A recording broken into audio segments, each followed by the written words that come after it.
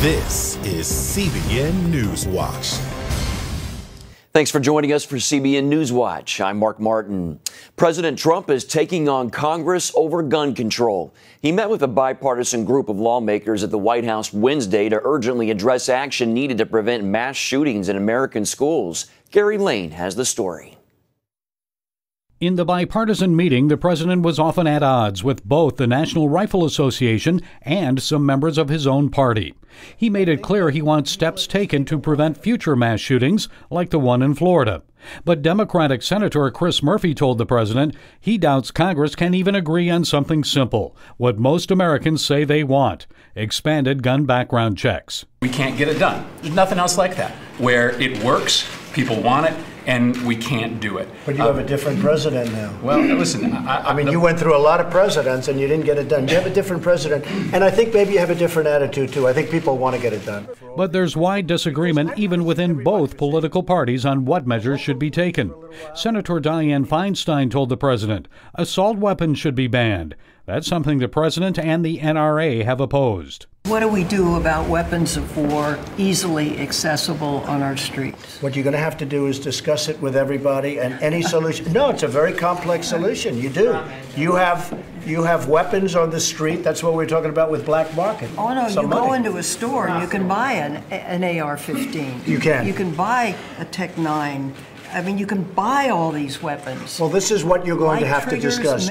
The president wants Congress to act immediately to reach agreement. But just in case they don't, he's taking some steps of his own to move the process forward. Among them, reform FBI programs to improve the response to tips, expand access to programs to treat mental illness, establish a federal task force on school safety, implement a Troops to Education program to help employ more military veterans as teachers. The president also says he wants to empower some trained teachers to be able to conceal carry guns in schools. And he says he wants to take what he says is a common sense step to raise the legal age limit to purchase a gun from 18 to 21. He'll face an uphill battle on that one. The measure is opposed by the NRA and even some Democrats. Gary Lane, CBN News. Police in Georgia arrested a high school teacher accused of barricading himself in a classroom and firing a handgun. Authorities took into custody 53-year-old Dalton High School social studies teacher Jesse Randall Davidson. The incident put into action the district's Code Red evacuation plans. School leaders bussed around 2,000 students to the Dalton Convention Center. Police say it did not appear Davidson wanted to hurt anyone, saying he apparently fired the gun at an exterior window. No students were in the classroom when Davidson allegedly fired the weapon. I just thought about my daughter. I was scared. I was worried about my child. One student hurt her ankle running away. Authorities say that was the only injury. Dalton, Georgia is located about 90 miles northwest of Atlanta. The trial begins today for the wife of the gunman who shot and killed 49 people at a Florida nightclub in 2016. Noor Salman is accused of aiding and abetting her husband, Omar Mateen, in preparation for his attack on Pulse nightclub. Salman has denied any involvement or prior knowledge in her late husband's premeditated plans, but later confessed to scouting out the club with him prior to the attack and accompanying him when buying ammo. After the attack, she told the New York Times that Mateen was abusive. Prosecutors say her lawyers may claim she feared for her and her child's safety. Her trial is expected to last a month. She faces life in prison. The Trump administration is aiming to better prosecute terrorists in the U.S. and is pushing for other countries to do the same. The U.S. hosted a two-day summit in Washington this week to advocate for the prosecution of citizens turned foreign terrorists. They also pushed for other countries to better share data and information to find detained terrorists and called to cut off terror financing. One of President Trump's longest-serving and most trusted aides is leaving the White House. Communications Director Hope Hicks, who rarely speaks in public but is almost always seen by the president's side, is moving on. The 29-year-old's announced departure comes a day after she was interviewed for 8 hours by the House panel investigating Russia's interference in the 2016 election, where she admitted occasionally telling white lies, but not about anything related to the Russia probe. Hicks is a trusted advisor to the president, and his family and her absence will be felt in the White House. President Trump says he's sure they'll work together again in the future. Thousands came to the Capitol on Wednesday to pay their respects to the Reverend Billy Graham as the nation celebrated his life while his body lay in honor in the rotunda. Abigail Robertson brings us more from Washington. It was a historic moment on Capitol Hill when lawmakers put politics aside for a day to honor America's pastor, Reverend Billy Graham. Everywhere he went, Reverend Graham delivered the same beautiful message. God loves you. Billy Graham preached the gospel to millions of people throughout his lifetime, including a young Donald Trump. My father said to me, "Come on, son." And by the way, he said, "Come on, Mom. Let's go see Billy Graham at Yankee Stadium." And it was something very special. Reverend Graham is just the fourth citizen to lie in honor here and the first faith leader. Those before him include 2 Capitol police officers killed in the line of duty and civil rights icon Rosa Parks. The idea first came from Graham's North Carolina Congressman Patrick McHenry, who suggested it to House Speaker Paul Ryan. I thought it was only fitting and right that we pay that last honor. Ryan told CBN News it was an easy decision to make. And we got together and decided this is obviously something we should do. Reverend Graham's family joined the president and lawmakers for a memorial service after the casket arrived in Washington. Speaker Ryan said if there was ever an American worthy of this honor, it's Reverend Graham. When our country was on its knees, he reminded us, he convinced us, that is exactly when we find our grace and our strength. Senate Majority Leader Mitch McConnell described Graham as a remarkably humble man who just wanted to share the good news with as many souls as he possibly could. Billy Graham lifted up our nation, not because he occupied the spotlight so masterfully, but because he knew he wasn't the one who belonged in it. Following the memorial service, Franklin Graham and other members of the family greeted many of those who waited in long lines to say farewell to the famed evangelist. I think this speaks a lot for this long line and the people that are traveling a long ways to Charlotte and to here just to walk by to pay respects to this man who changed the world. He never wanted attention for himself, always pointing attention to the Lord, and it's just a pattern of integrity. Reverend Graham's body now heads back to North Carolina for Friday's funeral, which President Trump and the First Lady are expected to attend. Reporting from Capitol Hill, Abigail Robertson, CBN News. Coming up, in public schools across Canada, students may soon learn about the 3 R's and the countless possible genders. See how children are allegedly being indoctrinated by a radical sex ed curriculum. That's next.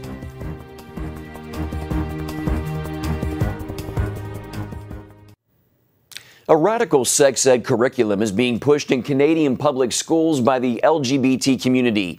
It has parents afraid their children will become confused and even brainwashed. As Wendy Griffith discovered on a recent trip to Canada, there could be a silver lining. This issue just might awaken a sleeping church. A family can be made up in many different ways. It's called SOGI, for Sexual Orientation and Gender Identification, a curriculum that teaches public school students across Canada to celebrate the homosexual lifestyle and that gender is fluid. In other words, your gender is not dependent on what parts you were born with, but rather what you feel like in the moment. There's people that are boys, there's people that are girls, there are people whose gender might be a little bit of both, or might even be neither. Lessons include books about transgender children, such as 10,000 Dresses, and songs like The Rainbow Song. Gender won't decide the choices we make. Some boys like dressing up, some girls like catching snakes. The SOGI curriculum started in British Columbia in 2016 and is quickly spreading throughout Canada. I just thought, who decided that this was okay to teach our children? Author and inspirational speaker Laura Lynn Tyler Thompson is a leading voice against the Soji curriculum. And we are seeing the results of that now, because some kids are reacting very emotionally and saying, and they're in fear. Will I suddenly struggle with feeling like a different gender inside of my body? Carrie Simpson of Culture Guard, another leading opponent, calls the curriculum nothing short of child abuse. All those beautiful qualities that make young girls, beautiful girls and women, are being basically vilified. The things that make our boys boys are being, taken from them. So things of equating young men to being strong protectors is something that's now evil. But Morgan Auger, a transsexual and supporter, claims it's about acceptance, not indoctrination. The idea is to teach kids that there are gay kids and there are trans kids and there are trans parents and gay parents in our society, and everybody's wanted and desired. After all, that's what our Human Rights Code says, and it's the role of schools to teach the following of our laws, right? Simpson disagrees, saying she sees Soji's real goal as altering our culture from a heteronormative society into one where anything goes, no boundaries, no values, no morals. It's a hedonistic cult, basically, what they're implying. Another blaring example, drag queen story time. It's happening in Canada and America, where some public schools and libraries invite drag queens, some dressed like horned demons, to read to young children. And it's a social deconstructionist agenda. They're using children, little 5-year-olds, to accomplish this.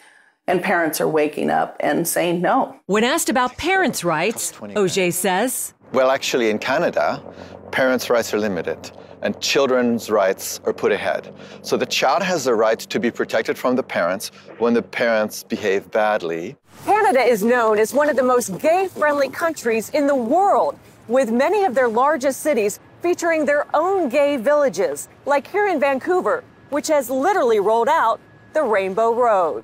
Most gays, like village resident Dave Davy DiCarlo, support Soji and limiting parental rights. The change that we have to see is sometimes the parents, and the kids are doing actually really okay. This is very scary stuff. Longtime Vancouver area pastor Kevin Kavanaugh says this is far more serious than most Canadian Christians realize. Our problem is not the teachers, the educators, the administrators. This is a battle in the heavenlies. He says Satan is going after their most vulnerable, the children. And the little girl came home in tears because the teacher had told her, since she was playing with some toys in the class that were deemed to be masculine in nature, that she was likely a boy in a girl's body. The mother went to the school the very next day, and instead of having any sort of tolerance or support or understanding, she was actually called names. She was told that she was a homophobe, that she was a bigot. With that in mind, Tyler Thompson, Simpson, and Pastor Kevin are spreading their message across social media and in town hall meetings. The pro-gay backlash has been fierce. And the hatred and the anger and the bullying that came against us, even though we said, we love you, we don't take from you the opportunity and the freedom to live as you choose. We love you, but we do not agree with you. Pastor Kevin believes Canadian Christians are in a 2 Chronicles 20 moment. The word was this battle is not yours, Jehoshaphat. This battle is the Lord's. And the church is beginning to prepare for what it takes to fight for our kids. The battle between an aggressive homosexual agenda and the faith community here in Canada is far from over. But many Christian leaders say it may be the issue that causes a once sleeping church to rise up and be heard. Wendy Griffith, CBN News, Vancouver.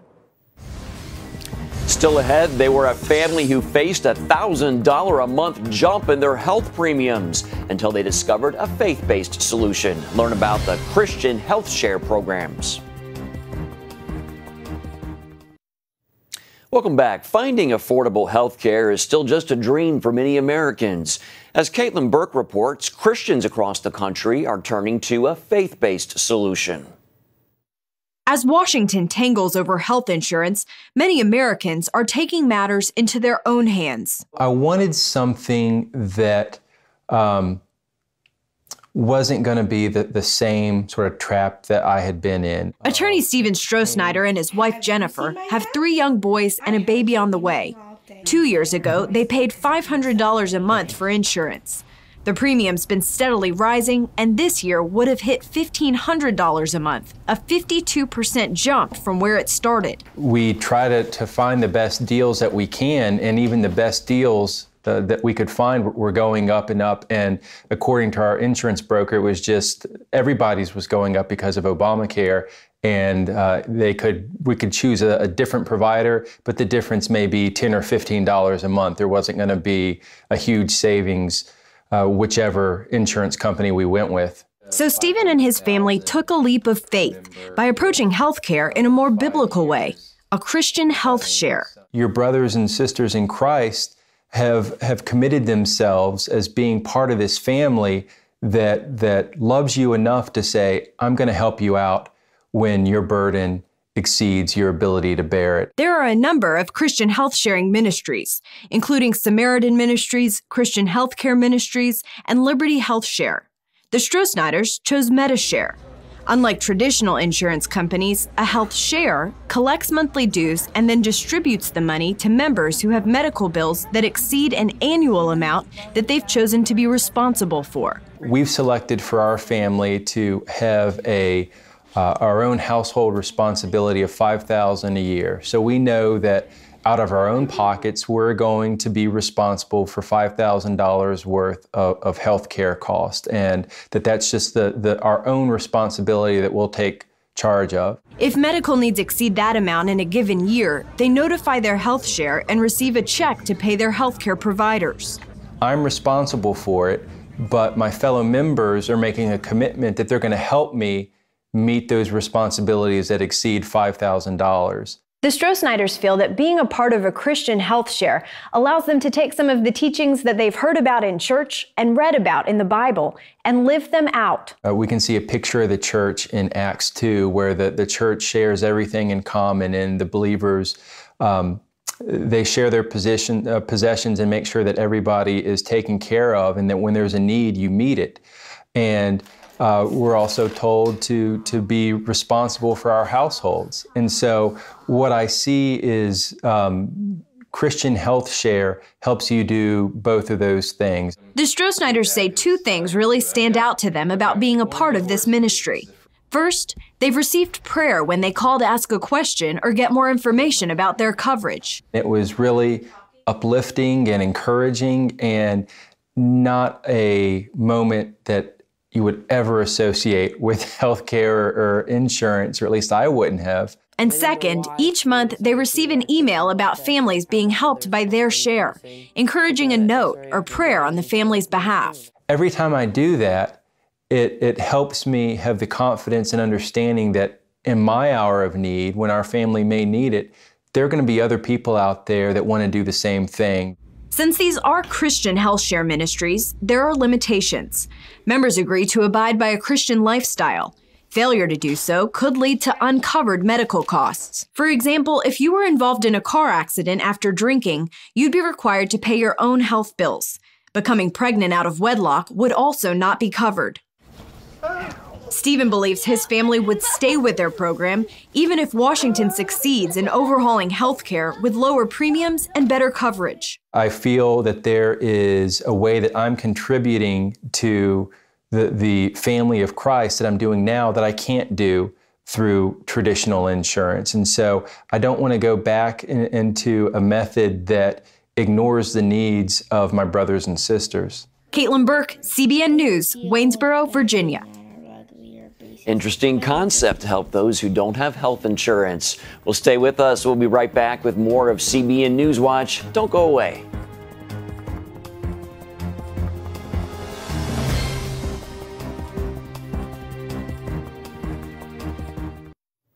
Hardened criminals are experiencing God's redeeming grace through a CBN outreach in Latin America. Pastor Eduardo is a 700 Club representative in El Salvador who became a Christian after watching the 700 Club. Well, now he's paying it forward by ministering to prisoners in desperate need of hearing God's word.